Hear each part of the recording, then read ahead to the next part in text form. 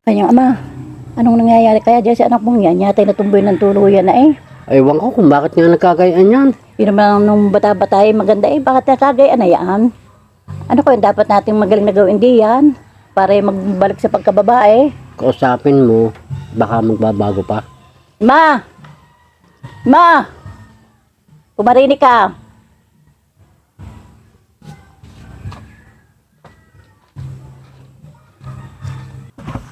Bakit ka ho, inay? Bakit ka ikaw eh? May nagpakatumboy na ng gayaan. Noon mang kabataan may pagkakaganda-ganda mo eh. Baka naman may balik pa sa dati. Awan ko nga ho, inay, sa sarili ko. Minsan inaisip ko din yung magpakababae.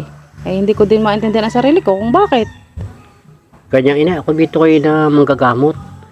Ay maganda ate ipaggamot at baka nadadan nyo laang. Yeah, meron. Meron nga kami ito naman gagamot. Pati tingnan ka namin. Baka nadadan yung laang. Di man masama ang subukan. Tayo, dati susubukan. Di kayo ang bahala kung kayo. Di ako isasama. At wala naman nga akong masama. Ay, sige, tayo. Tatay, yung ating pupunta kong gagamot na yun, magaling kaya kang gumamot. Ay oo, magaling gumamot yun. Doon kami napunta pagka kami nagpapagamot eh. Nakailang punta na kayo doon. Nagkaganap na ano. Oo. Gandang tanghali ho. Ay, magandang tanghali naman ho. Naranggaw nanay Agapita. Ay, nandun yung sa loob at may ginagawa lang. Bakit? Ano gawang kailangan nyo sa nanay? Eh patitingnan laang namin yan. Bakit napapano ga ho? Ay, ari ko nung unay babae. Bakit ka nga ari ngayon nagtumboy na? Ay, naku, kaya ho yun ng nanay. Kayo ho yung maupo muna dito, tatawagin ko lang. Upo muna ako kayo diyan. Tatay, pagkakatagal ka naman gagamot na yun? May ginagawa pa daw.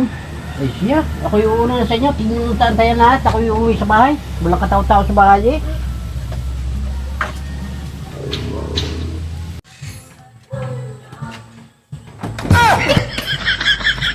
Magandang hapon ho, nanay Agapita.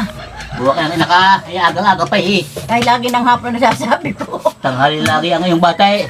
Ay, magandang tanghali ho, nanay Agapita. Oh, ano ka papagamot mo? Hindi man ho ako magpapagamot. Kasi no? Ari ho, ang anak kong aray. Ay, anak ko are. Uho. Abay, napapano yan? Ay, bakit gaho ari kaganda-ganda nung kabataan? Ay, bakit ga ari naging tumboy na? Aba, Ay, tingnan niyo sa picture niya. Maganda. Tingnan niyo. pati niya ako. Oh. Aba, may itsura nga eh.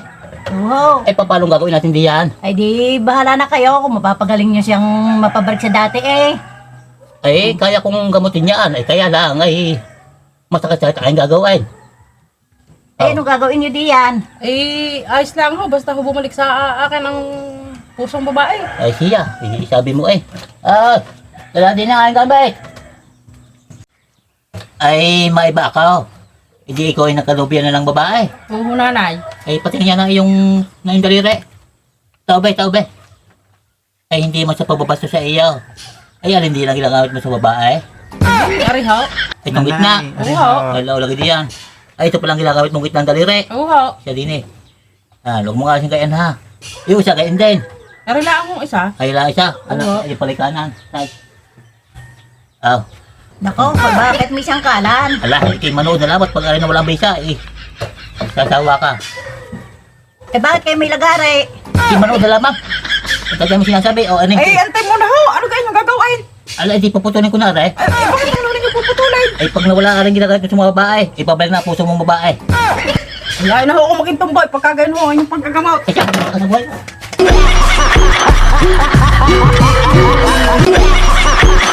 Tek na yan.